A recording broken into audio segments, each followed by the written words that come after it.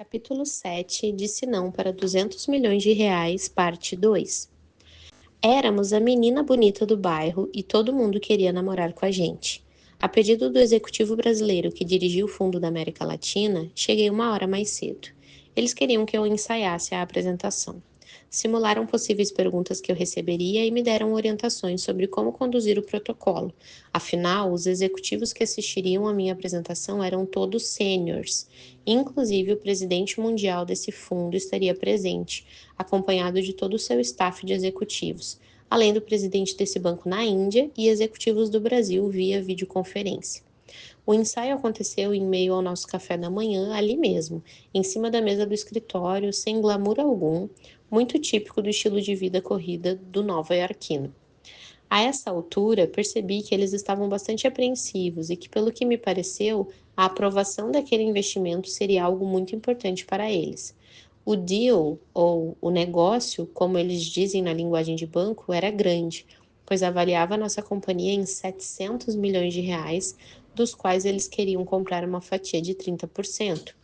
Aos 38 anos, era a primeira vez que eu faria uma apresentação com tantos zeros em jogo, e isso, para variar, me deixava super motivado e sempre tendo em mente uma coisa que fazia parte da minha técnica de vendas, quando eu trabalhava na área comercial vendendo cursos de inglês.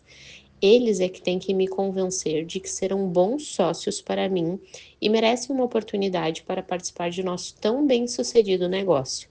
Depois de ser sabatinado por eles, uns 10 minutos antes de iniciar a apresentação no salão de conferências, no 20º andar de um dos edifícios mais modernos de Manhattan, para sair um pouco do estresse dos ensaios e recomendações insistentes sobre o protocolo, com a cúpula do banco e a formalidade dessa reunião, fui para a janela da sala em que esperava, para apreciar o lindo dia ensolarado daquela manhã de inverno em Nova York, que não economizava com a sua vista exuberante lá de cima. Num lance repentino e não planejado, ao mudar o foco de minha visão, eu me dei conta de que o vidro da janela, a minha imagem estava refletida bem em frente a mim, ainda que meio translúcida. Olhando meu reflexo na janela, aproveitei para ajeitar a gravata. Depois disso, voltei a olhar a vista e fiquei pensando se seria possível imaginar, poucos anos antes, que eu estaria naquele lugar para fazer aquela apresentação e conversando sobre o tema em questão. Um mega fundo global tentando me conquistar para ser meu sócio. Me voltei para o meu reflexo no vidro da janela e viajei no passado, uns 20 anos antes. Lembrei-me das tantas vezes que, também no inverno no Rio de Janeiro, em 91, saía de casa por volta das 5h30 da manhã para o meu primeiro emprego no ponto final do ônibus 396, bairro Jabor, Praça Tiradentes, para pegar o ônibus das 6 horas, pois tinha que comparecer a uma reunião diária às 8 da manhã no centro do Rio. A viagem era longa, com muitas retenções e em grande parte das vezes eu viajava em pé, amassado por quase 2 horas naqueles ônibus que diariamente saíam lotados. No inverno do Rio, o dia costumava amanhecer por volta das 7 e por isso demorava um bom pedaço da viagem até que amanhecesse. Também olhando para o meu reflexo no vidro do ônibus, com dezenas de pessoas em volta, apertadas ali comigo. Eu não era do tipo que tinha habilidade de dormir em pé, mas muitas vezes, olhando para meu reflexo, ficava pensando, refletindo e planejando tudo o que eu gostaria de fazer naquele dia. Era uma espécie de diálogo comigo mesmo. Foi muito interessante olhar para minha própria imagem no vidro do prédio e fazer uma sobreposição com a imagem do ônibus, numa viagem no tempo de 20 anos, e ao mesmo tempo, em poucos minutos, lembrar de todo o esforço e ver que tudo valeu a pena. O meu coração se encheu de gratidão e percebi que, realmente, eu havia caminhado bastante e aprendido muito para chegar àquela janela. Dessa vez, de Nova York.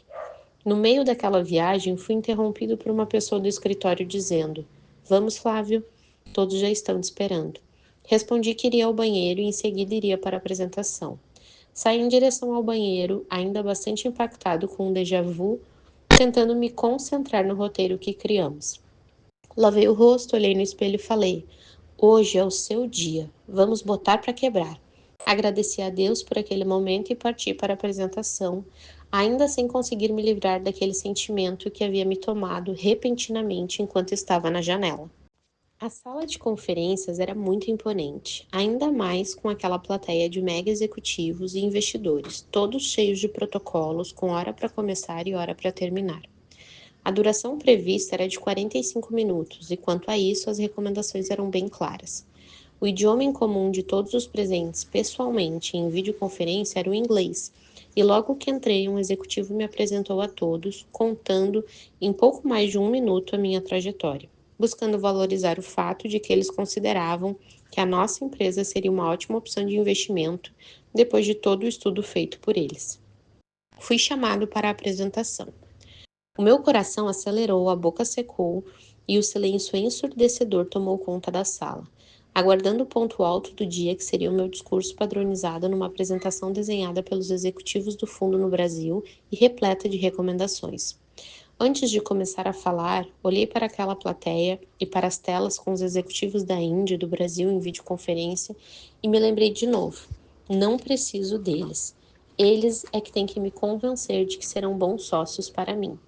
Então, fiz tudo diferente do recomendado, ignorando a apresentação ensaiada, até porque naqueles segundos eu tinha concluído que o que estava previsto para a apresentação eles estavam carecas de saber, pois estudavam a empresa há mais de 6 meses. Olhei para os executivos no Brasil, que me assessoraram na apresentação e me deram todas as recomendações, e lhe disse: Fernando, desculpe-me, mas resolvi mudar minha apresentação. Eu pude ver em seus olhos uma profunda preocupação, talvez misturada com alguma frustração e, quem sabe, esperando o pior.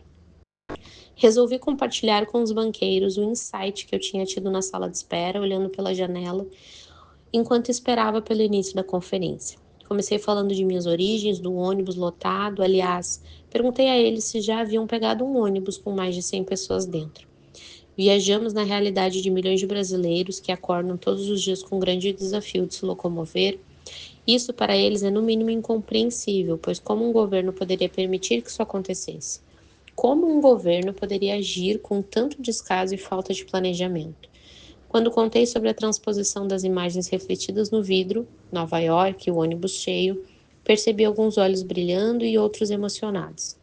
Àquela altura eu queria começar a falar mais de nosso modelo de negócios, mas eles insistiam em me fazer mais perguntas sobre as adversidades iniciais que eu passei, sobre minhas origens, sobre a taxa de juros de 12% ao mês, do cheque especial que eu paguei quando peguei R$ 20 mil ao banco em 1995. Nos Estados Unidos, a taxa de juros de um empréstimo é de 3% ao ano, dentre muitos outros aspectos. Mais de 45 minutos se passaram e a conferência já se transformava numa viagem ao mundo da periferia no Rio de Janeiro, realidade de muitos jovens que desperdiçam seus talentos por acreditarem ser impossível mudar essa realidade e transpor as enormes muralhas sociais que estão à sua frente.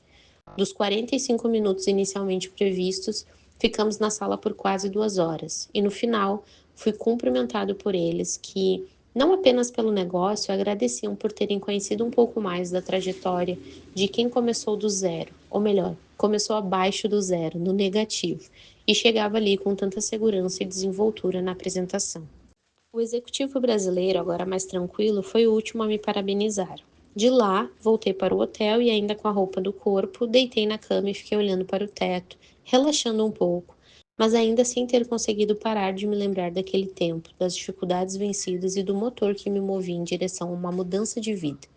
Pelo que tudo indicava, os investidores estavam babando para comprar 30% da companhia, mas algo dentro de mim não me deixava sentir a segurança ou o entusiasmo para avançar, apesar de potencialmente embolsar R$ 210 milhões naquela operação. Não adiantava mais ficar pensando naquilo, mas não pude deixar de refletir sobre como tudo começou, sobre minhas primeiras experiências na vida e como fui construído, quem eu havia me tornado até aquele momento, como eu tinha adquirido todo o conhecimento que me proporcionou experimentar um enorme crescimento. Voltei para o Brasil com um gostinho doce na boca. A experiência foi espetacular, tanto dentro da sala de reuniões, no resultado final, como também pelo déjà vu que tive na janela do prédio. O ano de 2011 acabou, fechamos com excelente resultado na empresa e logo no mês de janeiro tinha marcado uma reunião com o fundo em São Paulo para tratarmos do andamento dos procedimentos finais para fechar a venda de 30%. Eu já estava decidido. A reunião seria um almoço em um restaurante bacana, sempre pago pelo fundo. O presidente e seu executivo, o braço direito, estariam na reunião. Ao chegar no restaurante, estava somente o executivo. Ele me deu a notícia de que o presidente, com quem eu conversei por cerca de 1 ano e meio, não trabalhava mais no fundo, pois havia recebido uma proposta irrecusável para assumir em outra instituição financeira. Não gostei da notícia, pois percebia que o negócio com o fundo era institucional e aquelas pessoas com quem eu me relacionava eram passageiras. Fiquei preocupado por um ponto em ter um sócio com esse perfil, mas ainda assim decidi prosseguir. O executivo tentou me vender, o novo presidente me descreveu suas características. Quando ele chegou, foi muito educado e logo de início fez uma pergunta que me deu indícios de que eu não deveria continuar aquele negócio. Ele perguntou: Me fala um pouco da WhatsApp. Como é o seu modelo de negócios? Eu olhei para ele e fui bem direto. Fulano, com todo respeito, eu não estava com vontade de falar nada sobre a WhatsApp. Eu estou há 1 ano e meio fazendo isso e até em Nova York eu fui para falar da WhatsApp. Penso que você já tinha obrigação de saber a respeito e não me perguntar mais sobre o assunto.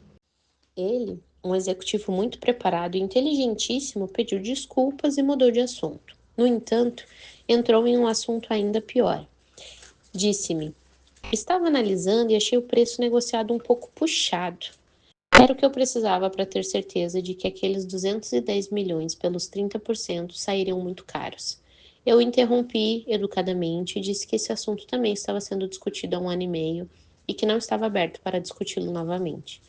Então, sugeri encerrarmos a reunião porque eu precisava refletir sobre que direção eu tomaria. Agradeci e saí.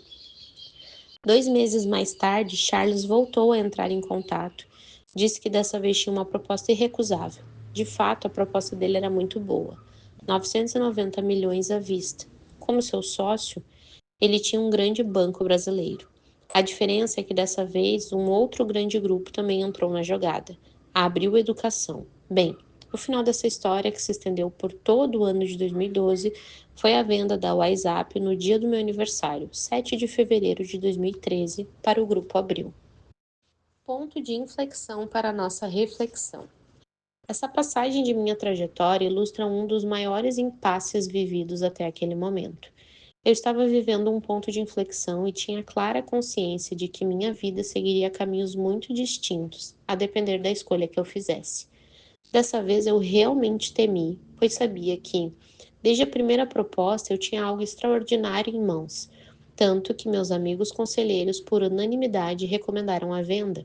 Porém, algo dentro de mim me freava e fazia com que eu não tivesse paz para avançar.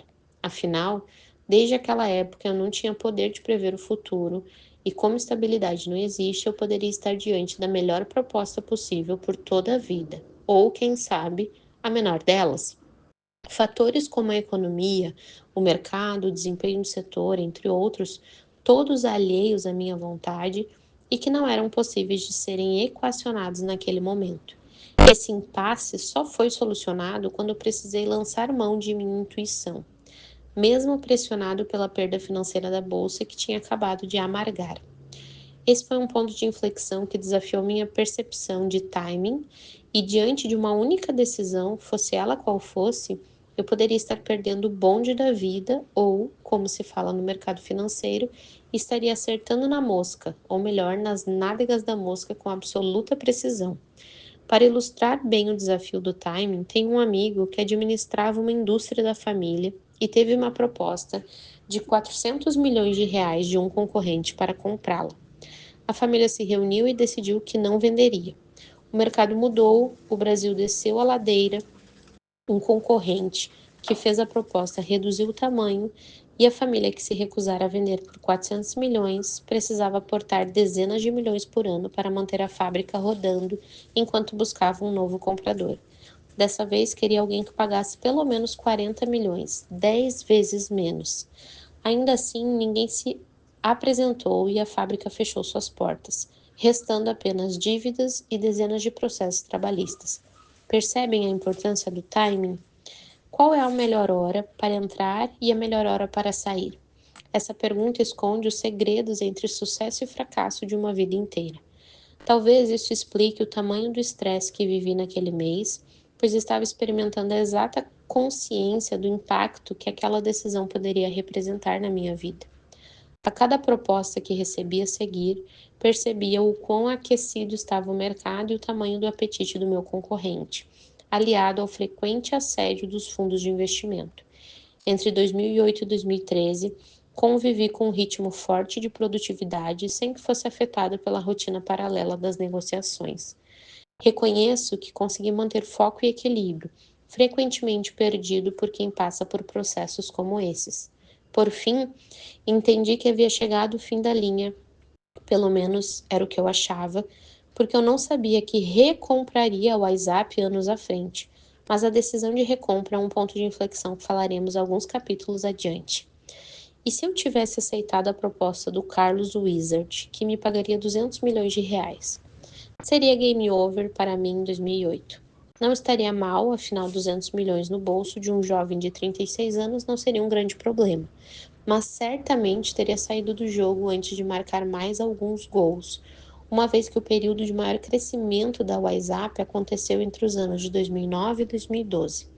Se tivesse vendido por 200 milhões, teria desperdiçado uma oportunidade de geração de valor que colheria depois de quase 2 décadas de plantio. Certamente não teria comprado o Orlando City, no qual investi 200 milhões de reais e que hoje vale mais de 2,2 bilhões de reais. Como disse, não estaria mal, mas teria deixado de avançar alguns anos-luz, o que aconteceu em apenas 5 anos, entre 2013 e hoje, 2018. Por mais que analisemos bem, façamos todo o dever de casa e tenhamos todos os elementos técnicos para tomar uma decisão, na hora H, o ingrediente para lidar com o impasse do timing é a coragem. Já que, em qualquer hipótese, na hora de decidir, seja vendendo ou negando a proposta, a hora da verdade exige de todos nós muita coragem. Essa é a hora de saltar do bungee jump. Ninguém te empurra. O que conta é somente a tua coragem de saltar.